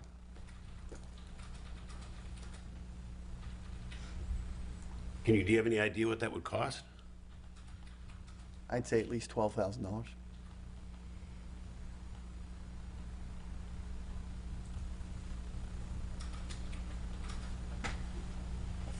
Questions, comments? I don't have any. There is one question to your point. Where the city inspectors, as the process is going along, should they not have been more aware that this mistake could have come about? Do you have any context on that, Kristen, in terms of the timeline of various inspections and? Final CO on this? No, the final CO was not done because of the prior variance approval required the as-built survey. So you would have to get zoning and building to both be in harmony to say, yeah, it's good. So when we received the survey that it was not in compliance, they cannot final that out. The only other thing I'd say is I appreciate you do a ton of work on the beach, and we do not see you up here asking for mistake variances on a regular basis. So, and in response to that, does this happen a lot? Like, Yeah, I agree. thank you. Thanks. Is there anyone else here today that would like to speak on behalf of this applicant?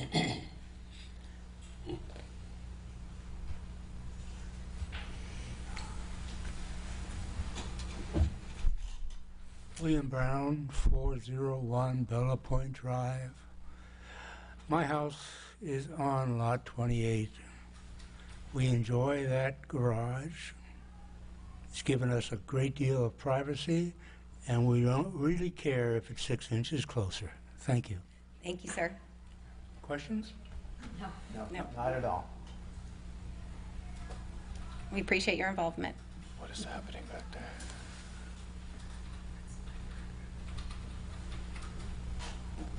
Robert, 4506 Gulf Boulevard. We're talking about 6 inches. If this was a rectangle property or square property, it'd be easy to measure. This is a odd-sized lot. 6 inches is, I would say, a tolerable space. Should it be? No, it shouldn't be, but I think it's something that we can make an exception to. Savage is an excellent contractor. I've used him. He is a perfectionist. So this was definitely not done on purpose. Directly across the street from the Bonnier is the Bayview Plaza. He did that entire property in 2016. So if you look next to Gigi's and across from the Bonnier, that entire roof line, that entire project was done by him in 2016. And I can vouch for his character, and I can vouch for his attention to detail. So this being, I think, an oddball, I'm not sure how many times you've seen him here on this, but I don't think you've seen him here because he is a great contractor. So I think this should be one that just, it's 6 inches. Thank you. Please appreciate the enthusiasm, but we can keep order. That would be great. Great. Anyone else? All right, we'll close public comment and open for board discussion. I have no discussion on this. Any I was additional? here when they originally did it, and mistakes happen. So does anyone else have a discussion? Hearing none. Well, I'm just curious why it had so many variances to begin with. I think it all had to do with the Weird lot. configuration of the lot size and the setbacks that, because there's like 2 front yards basically, so the side setback is way more so than it would normally be if it was a, square lot. And Be careful when you buy a lot that it's not a weird lot. I can speak on the height as well. It may have not been taken into consideration when they originally came in for the setbacks. If you note there, we have in our ordinances where the only accessory structure that we measure from the crown of the road is a detached garage. Everything else is at grade. So you could probably see from the roadway, the driveway, the new driveway does go up.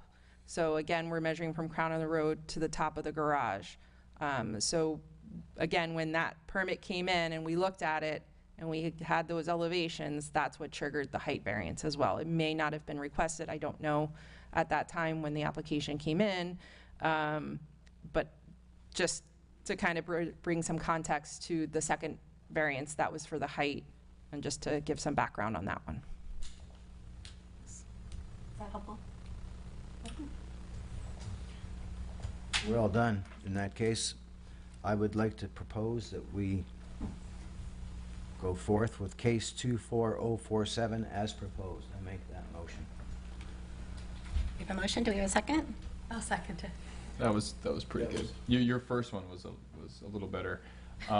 Based on the Based on the information remember provided, that I propose. I motion. I make a motion, we approve case 24047 as 48. proposed. Thank you. Sorry, I just keep listening to I'll this stuff second. going on. We have a motion and a second. Can we have a roll call, please? Member Core? Reluctantly, I'll say yes. Member Garshaw? Yes. Member Small? Yes. Member Quasi? Yes. Vice Chair Chase? Yes. Motion carries.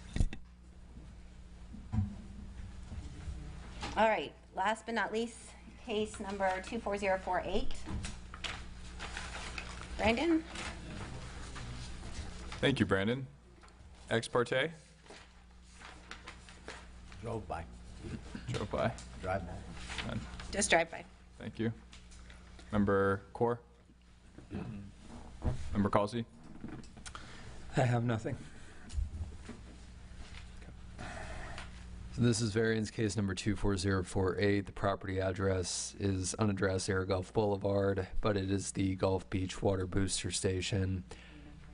The request is an unnecessary and undue hardship variance applied for by Christopher Baggett of Wright Pierce for Pinellas County Utilities to construct a new building in the Community Redevelopment District without providing either of the two required energy and environmental design standards.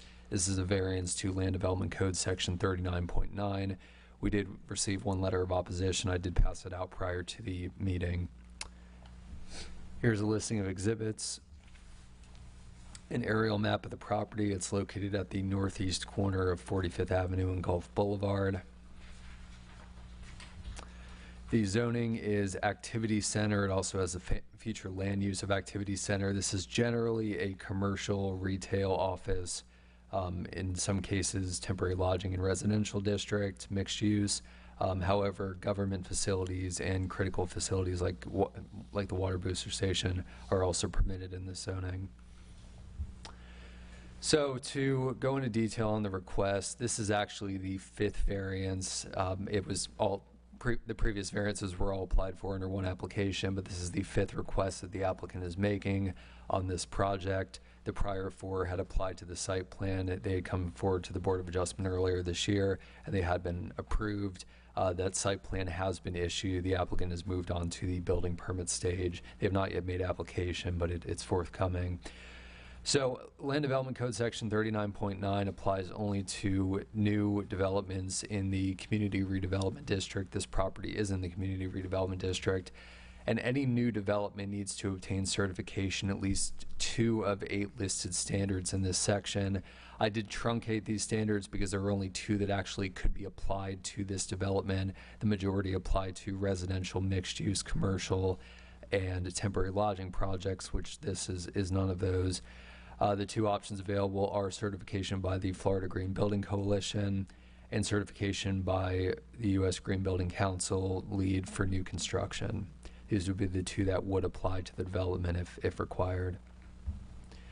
Here's a rendering of the development from Gulf Boulevard. Now, I did want to say that this project doesn't have this request rather doesn't really have a site plan. Nothing regarding the size or the design of the building is going to change if these standards are not, if this variance is approved. I did just want to provide a rendering. This is what the building will look like. Here's some photographs of the site showing the public hearing signs, showing the front of the structure as well from Gulf Boulevard. The water tank in the back, the blue and white building, that will not be modified. The building that was shown in the rendering will be in the front of that, so it will be partially obscured from Gulf Boulevard. The Pinellas County Utility Building with the breeze blocks and the brickwork at the front, that will be completely removed and replaced with the building you saw in the rendering. And some of these, the oaks will be removed as well. And here's another view of the site looking to the north from 46th. Staff went into detail on the variance criteria in your staff report. I'd be happy to answer questions about any of these. Staff finds that the request is reasonable and that the applicant has adequately addressed the criteria as they pertain to the subject development. The limited scope of the redevelopment, particularly the fact that the water tank is remaining in the center of the property, that does exclude several of the criteria that would need to be followed for a new building to meet, for a new development to meet the green building standards. There is a heightened need for facility reliability. There are some energy and environmental design standards that the applicant can speak in more detail to. They did provide in their application that would not necessarily need to be met with a critical facility like this. There's a lack of public access to the building or any kind of consistent staff use that would benefit from the quality of life oriented LEED credits. There are credits in LEED certification for new structures that are granted based on improvements to the operations of the building that wouldn't necessarily be met because this is not a building that's opened or operated on a consistent basis with staff present. The applicant is still including some of the city's priorities, such as expanded sidewalk and pedestrian scale lighting. These all contribute toward the recommendation. It may be viable to completely redevelop the site and achieve at least one of the green building criteria staff has identified as relevant to the subject property. It is likely to come at significant public expense and potential disruption to critical facilities. Staff recommends approval as presented. We are not recommending any conditions for this request. I'd be happy to answer questions. The engineer for the project is present if you have questions for them as well. Thank you, Brandon. Any questions for Brandon? Thank you. Applicant, please come forward.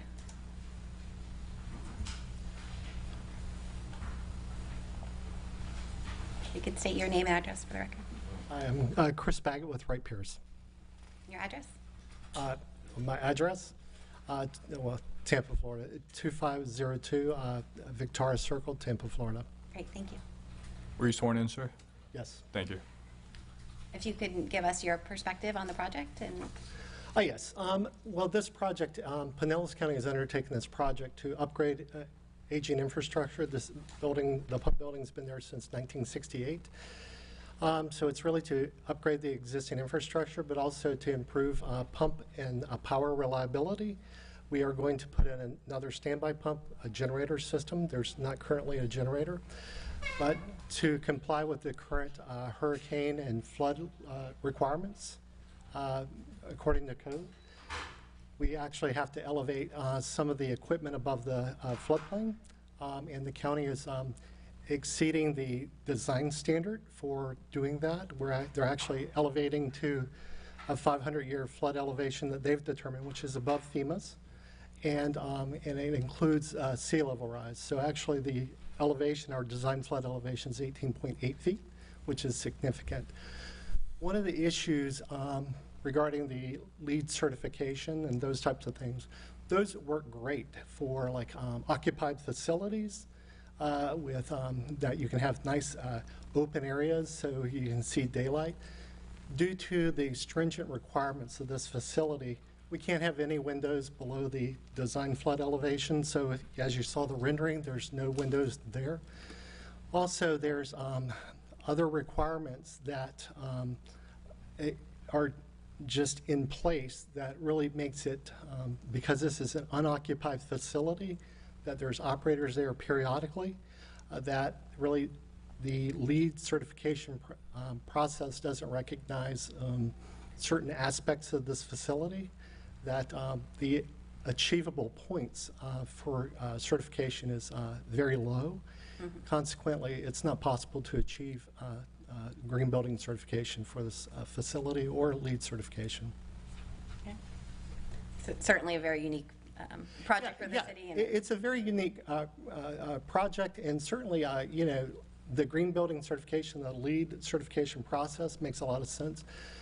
But for an essential facility that has to be designed to withstand significant flood load and be ready for service after a significant hurricane or flood hit the area, we just can't meet the LEED certification criteria. Brandon alluded to a couple of things that you were exceeding. You mentioned the flood. Are there any other aspects of the project that you guys feel you're going above and beyond that kind of offset the fact? Yeah, we're definitely exceeding the flood design criteria. Also, that the building itself, as far as the pumping system, it's very energy efficient. That's something that the county has been very cognizant of. And it really is maintaining service reliability beyond what you currently have. So that currently there's no generator there. This will actually are providing a generator. So the county has elected to do that. Not because they have to, but they just feel like it's the right thing to do. And also with the ventilation system, it is an energy efficient ventilation system. On the top of the ground of the pump building, we do comply with the heat reduction requirements for LEED, so it's Energy Star compliant.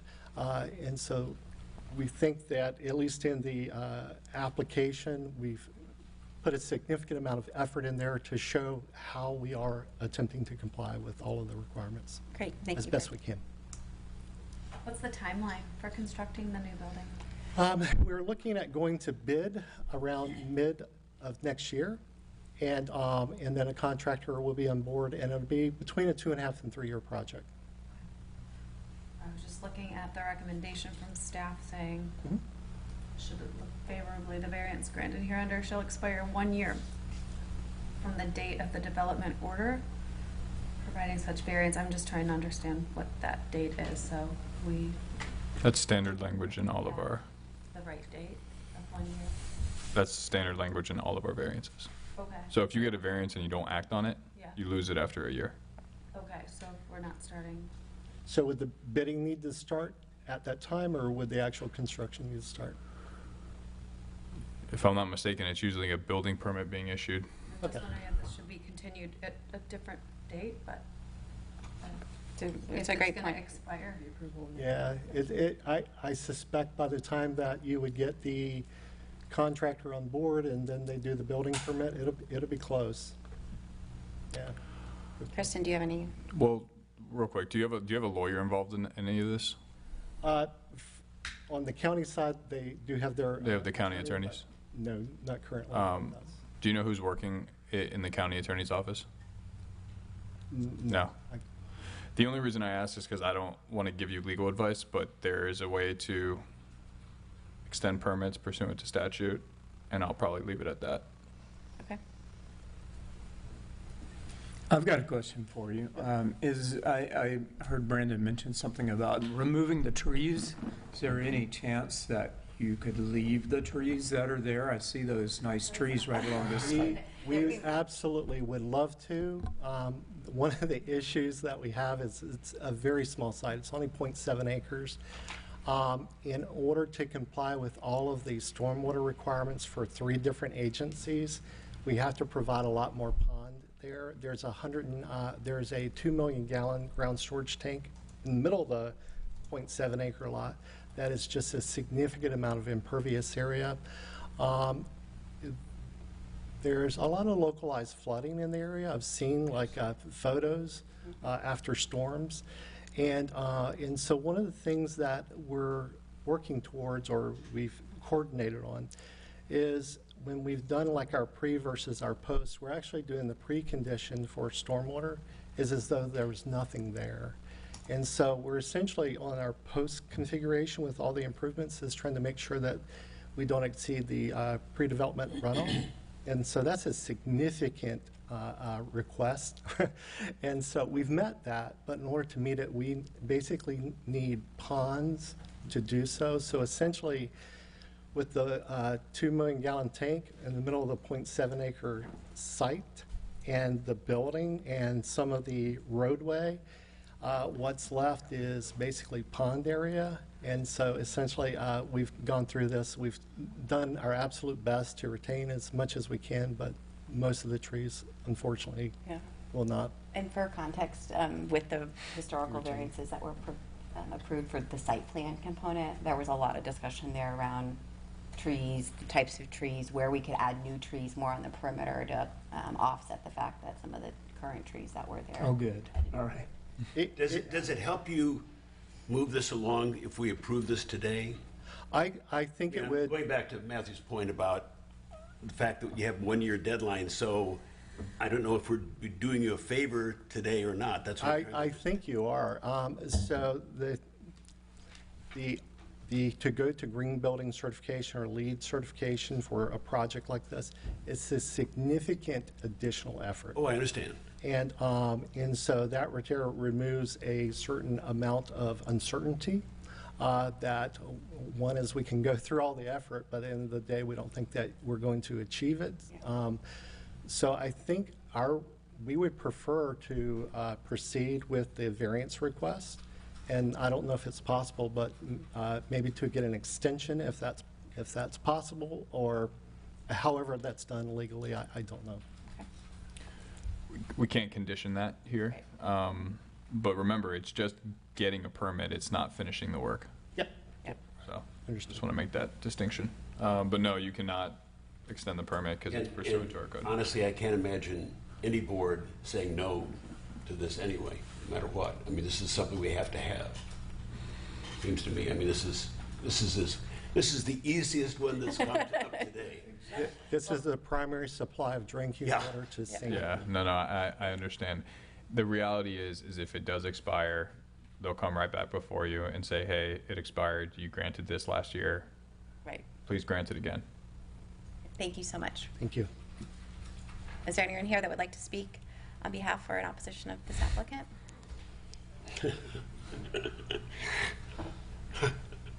It's going to be a habit. Robert Cezanne, 4506 Gulf Boulevard, neighbor directly across the street and the neighbor directly to the north. I am in favor for the project. As mentioned, it does need to get done. Just something I want to kind of just bring up as well, because, you know, I'm a product of the yeses. I grew up with the Marriott, I grew up with the Ritz-Carlton training, and everything with the hotel industry, and what I do is yes, yes, yes. And it hurts me so much when we give a no out, like for the people that had for the pool. So the commentary here should be specifically related to this case. If Okay, you all don't right. So yeah, I approve it. Let's go forward with it. There is open comment, so at a former meeting, if you Yeah, have general that's true. comments. No, that's fine. Yeah, no, okay. I love it. Go forward. Let's get it approved. Thank you. Anyone else? Hearing none, we'll close the public comment open for board discussion. As you've shared, I think this is pretty much a no-brainer. I move that we approve the variance exactly as it is, and just keep our fingers crossed we can get it done in a year. Based off testimony you heard today? Yes. With the recommended staff condition. There was no conditions on No, this it's- case. Okay. Whatever he needs to build this sucker, let's get it built. Okay, can we restate the motion for clarity for the clerk? Can I? Go for it. Since I messed the last one up. Rerun. I make a motion. We approve case number 24048 as proposed, based on the evidence and the testimony heard today. And I second that. Motion and a second. Roll call, please. Well done. Member Garshaw? Member Small? Yes. Member Causey? Yes. Member Corr? Yes. Vice Chair Chase? Yes. Motion carries. Great. That ends our action items for today. Our item for discussion has been moved to a future meeting. Yeah. Any other conversation? I just wanted to welcome our new board members. Absolutely. Thought you guys did a great job, and welcome to the team. And I think the next meeting is, September 25th. do you have an idea of how many variances? We possibly have one.